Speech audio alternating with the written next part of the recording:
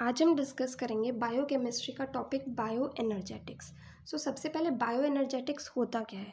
तो study of energy changes in biological reactions is known as bioenergetics. Biological reactions के अंदर जो energy का चेंजेस होता है उसकी हम स्टडी करते हैं तो उसे बायो एनर्जेटिक्स कहते हैं। ना इसके अंदर फर्स्ट टॉपिक आता है कॉन्सेप्ट ऑफ फ्री एनर्जी। तो फ्री एनर्जी होता क्या है? फ्री एनर्जी होता है अमाउंट ऑफ एनर्जी जो एक केमिकल रिएक्शन के टाइम अवेलेबल होती है सेल्यूलर वर्क करने के लिए। ये कॉन्सेप्ट जो है गिब्स ने दिया था, इसलिए इसे हम गिब्स फ्री एनर्जी कहते हैं। नाउ एक रिएक्शन देखते हैं कि ए से बी बन रहा है एंड बी से ए भी बन सकता है क्योंकि ये रिवर्सिबल रिएक्शन है। तो इसकी जो delta G change in Gibbs free energy होगा वो होगा जी बी माइनस जी ए। अगर डेल्टा जी जो है वो नेगेटिव आता है तो मतलब वो एक्सर्गोनिक रिएक्शन है, एंड अगर डेल्टा जी पॉजिटिव आता है तो मतलब एंडागोनिक रिएक्शन है। नेक्स्ट टॉपिक है exergonic and exergonic reaction, exergonic and endergonic reaction. तो इन दोनों रिएक्शंस के बीच में डिफरेंस क्या आएगा वो हम इसके अंदर देखेंगे। एक्सर्गोनिक रिएक्शन के अंदर जो डेल्टा जी है वो नेगेटिव होता है एंड एंडागोनिक रिएक्शन के अंदर डेल्टा जी जो है वो पॉजिटिव होता है। एक्सर्गोनिक रिएक्शन में क्या होता है? फ्री एनर्जी रिलीज होती है इस रिएक्शन के अंदर एंड ये इंडिकेट करता है कि एनर्जी जो है वो सिस्टम के अंदर रिलीज हुई है। एंडागोनिक रिएक्शन के अंदर फ्री एनर्जी एब्जॉर्ब होती है, तो ये इंडिकेट करता है कि एनर्जी जो है वो सिस्टम के द्वारा एब्जॉर्ब हुई है। नेक्स्ट है सारी की सारी एक्सोथर्मिक रिएक्शंस जो हैं वो एक्सर्गोनिक होती हैं एंड सारी की सारी एंडोथर्मिक रिएक्शंस जो हैं वो एंडागोनिक होती हैं। एक्सर्गोनिक रिएक्शन को शुरू होने के लिए कोई एनर्जी की ज़रूरत नहीं होती है, तो इसे हम डाउनहिल रिएक्शन भी कह सकते हैं। एंड एंडागोनिक रिएक्शन को हमेशा एनर्जी की ज़रूरत होती है शुरू होने के लिए, तो इसलिए इसे अपहिल रिएक्शन कहते हैं ना। एक्सर्गोनिक रिएक्शन के एग्जाम्पल्स क्या होंगे? Fatty acid catabolism, glycolysis and cellular respiration. And endergonic reaction के एग्जाम्पल्स होंगे डीएनए और RNA synthesis, protein synthesis and fatty acid synthesis. Now next topic है relationship between free energy, enthalpy and entropy. Free energy होता है जी, enthalpy होता है H and entropy होता है एस। जो इनके बीच में रिलेशन है वो क्या है? Delta G equal to delta H minus T delta S. ये जो है ये क्वालिटेटिव रिप्रेजेंटेशन है। इसके अंदर डेल्टा जी क्या होता है? Gibbs free energy change. ये होता है कि कोई भी प्रोसेस जो है उसकी स्पॉन्टेनिटी कितनी है उसे मेजर करने के लिए। डेल्टा जी अगर नेगेटिव होता है तो मतलब वो स्पॉन्टेनियस प्रोसेस है, एंड डेल्टा जी पॉजिटिव होता है मतलब वो नॉन स्पॉन्टेनियस प्रोसेस है। नाउ डेल्टा एच होता है एंथैल्पी चेंज। एंथैल्पी होता है कि एक थर्मोडायनेमिक सिस्टम के अंदर कितनी एनर्जी है उसे मेजर करने का, जो उसे मेजर करते हैं तो वो एंथैल्पी चेंज होता है। एंथैल्पी होता है टोटल हीट कंटेंट जो एक सिस्टम के अंदर होता है वो। एंथैल्पी इक्वल होता है internal energy of system plus product of pressure and volume, मतलब H equal to E plus P into V. Now T होता है टेम्परेचर एंड डेल्टा एस होता है एंट्रोपी चेंज। एंट्रोपी क्या होता है? कि होता है measure of uncertainty in a system. जितनी ज़्यादा अनसर्टेनिटी होगी उतनी ज़्यादा जो है एंट्रोपी होगी सिस्टम की। ना कुछ फॉर्मूला है कि डेल्टा जी नॉट जो है वो इक्वल होता है minus R T L N K equivalent के, and delta G equal to होता है delta G not plus R T L N concentration of product upon concentration of reactant. Next topic है redox potential.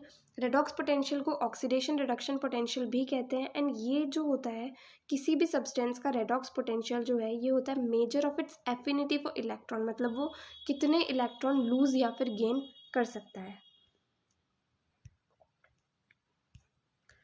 इसके अंदर E naught cell equal to आता है E naught reduction plus E naught oxidation. ना Nernst equation क्या होती है? E cell equal to E naught minus R T upon N F L N Q.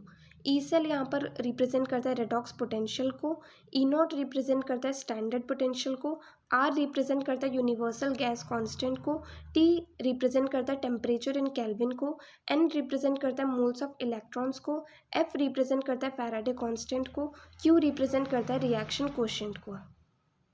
Now एक और जो फॉर्मूला है वो है delta G equal to minus N F delta E not. यहाँ पर एन रिप्रेजेंट करता है नंबर ऑफ इलेक्ट्रॉन जो ट्रांसफर हुए रेडॉक्स रिएक्शन के टाइम पर, डेल्टा जी होता है फ्री एनर्जी चेंज, एफ होता है Faraday constant, delta E not होता है difference in reduction potential. Now next topic आता है energy rich compounds. Energy rich compounds क्या होता है, एनर्जी रिच कंपाउंड्स या फिर हाई एनर्जी कंपाउंड्स जो हैं ये वो होते हैं जिनके अंदर सफिशिएंट फ्री एनर्जी प्रेजेंट होती है लिबरेट करने के लिए। कम से कम 7 कैलोरी पर मोल एनर्जी प्रेजेंट होनी चाहिए pH 7 पर।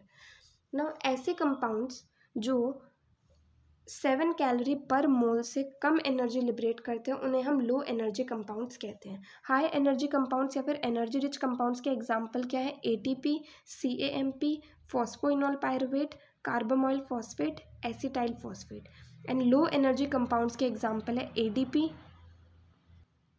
Glucose 1 phosphate, glucose 6 phosphate and fructose 6 phosphate. Now classification क्या होगा एनर्जी रिच कंपाउंड्स का, तो 5 क्लासेस के अंदर क्लासिफाइड होते हैं एनर्जी रिच कंपाउंड्स। सो यहाँ पर हमने क्लास लिखी है, सेकंड कॉलम में बॉन्ड किस तरीके से इसके रिप्रेजेंट होते हैं, थर्ड कॉलम में एग्जाम्पल लिखे हैं। सो फर्स्ट क्लास है पायरोफॉस्फेट। सो इसके अंदर कार्बन, फॉस्फेट, फॉस्फेट ये 3 जो हैं प्रेजेंट होते हैं, इस तरीके से इसे हम रिप्रेजेंट करते हैं। एंड इसके एग्जाम्पल आते हैं ATP and pyrophosphate. Second class है एसिल फॉस्फेट, इसके अंदर C double bond O and then C bonded रहता है O से एंड फॉस्फेट से। इसका एग्जाम्पल है 1,3 biphosphoglycerate, carbamoyl phosphate and acetyl phosphate. Third class है इनॉल फॉस्फेट। सो इसके अंदर C डबल बॉन्ड CH होता है, देन C के साथ में O एंड देन फॉस्फेट से बॉन्ड बना होता है। इसका एग्जाम्पल है phosphoenol pyruvate. Then fourth class आती है थायोल एस्टर्स या फिर थायो एस्टर्स की, इसके अंदर C डबल बॉन्ड C होता है, देन C जो है वो O से एंड सल्फेट से लिंक्ड होता है। इसका एग्जाम्पल है acetyl CoA and acyl CoA। Next class है ग्वेनिडियो फॉस्फेट्स और फॉस्फेजेंस, इसके अंदर N लिंक्ड होता है फॉस्फेट से एंड इसका एग्जाम्पल है फॉस्फोक्रिएटिनिन एंड फॉस्फोआर्जिनिन। हाई एनर्जी बॉन्ड्स जो होते हैं उसे हम इस सिंबल के द्वारा रिप्रेजेंट करते हैं। तो ATP को हम लिखेंगे AMP, then high energy bond, then phosphate, then high energy bond and then phosphate.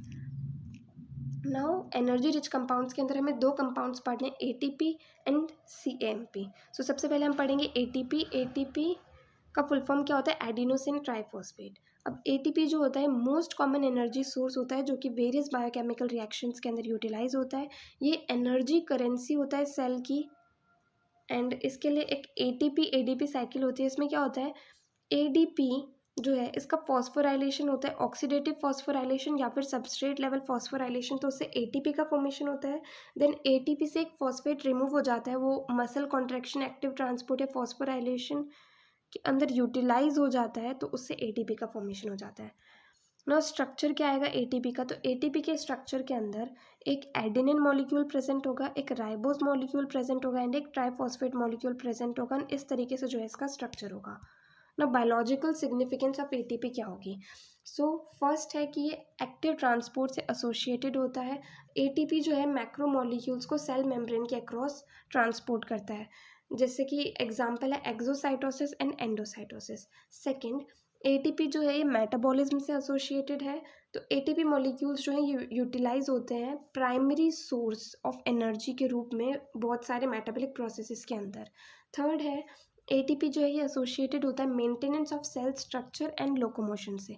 ATP molecules जो होते हैं वो सेल स्ट्रक्चर को मेंटेन करते हैं, फैसिलिटेट करते हैं assembly and disassembly of cytoskeleton elements and ये मसल कॉन्ट्रैक्शन के अंदर इन्वॉल्व होते हैं, तो उस तरीके से ये लोकोमोशन में मदद करते हैं। फोर्थ है कि ATP जो है एसोसिएटेड है सेल सिग्नलिंग से, एक्स्ट्रा सेलुलर और इंट्रा सेलुलर सिग्नलिंग जो होती है ये ATP की मदद से होती है। नेक्स्ट फिफ्थ है कि ATP जो है ये न्यूक्लिक एसिड सिंथेसिस में मदद करता है, तो ATP जो है ये DNA एंड RNA सिंथेसिस में जो है मदद करता है।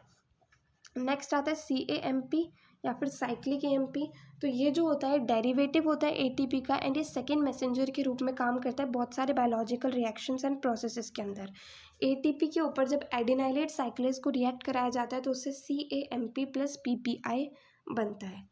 स्ट्रक्चर क्या है CAMP का, इसके अंदर एक एडेनिन मॉलिक्यूल है, एक राइबोस मॉलिक्यूल है एंड एक फॉस्फेट मॉलिक्यूल है। सो ये होता है CAMP का कंप्लीट स्ट्रक्चर। ना बायोलॉजिकल सिग्निफिकेंस क्या है CAMP का, फर्स्ट है रेगुलेशन ऑफ मेटाबॉलिज्म। तो CAMP जो है ये इंपॉर्टेंट रोल प्ले करता है रेगुलेशन ऑफ मेटाबॉलिज्म के अंदर। नेक्स्ट है regulates functions of specific ion channels. Specific ion channels जो होते हैं उनके फंक्शंस को रेगुलेट करता है cyclic AMP। Then release of growth hormone, growth hormone की रिलीज में भी साइक्लिक AMP जो है मदद करता है। नेक्स्ट हार्मोनल सिस्टम, तो साइक्लिक एएमपी जो है सेकेंड मैसेंजर के रूप में काम करता है, जिससे इंट्रासेल्युलर सिग्नल ट्रांसडक्शन के लिए यूज़ करा जाता है, जो कि इन्वॉल्व होती है सेल्स को ट्रांसफ़र करने में। नेक्स्ट है एनहांस करता है रिलीज ऑफ इंसुलिन को। नेक्स्ट है कार्डियोवास्कुलर फंक्शंस जो हैं उसे रेगुलेट करता है सीएमपी। एंड लास्ट है स्टीरॉइडोजेनेसिस, मतलब स्टीरॉइड्स का जो सिंथेसिस होता है उसके अंदर भी साइक्लिक एएमपी जो है वो मदद करता है। सो ये है कंप्लीट टॉपिक बायो एनर्जेटिक्स।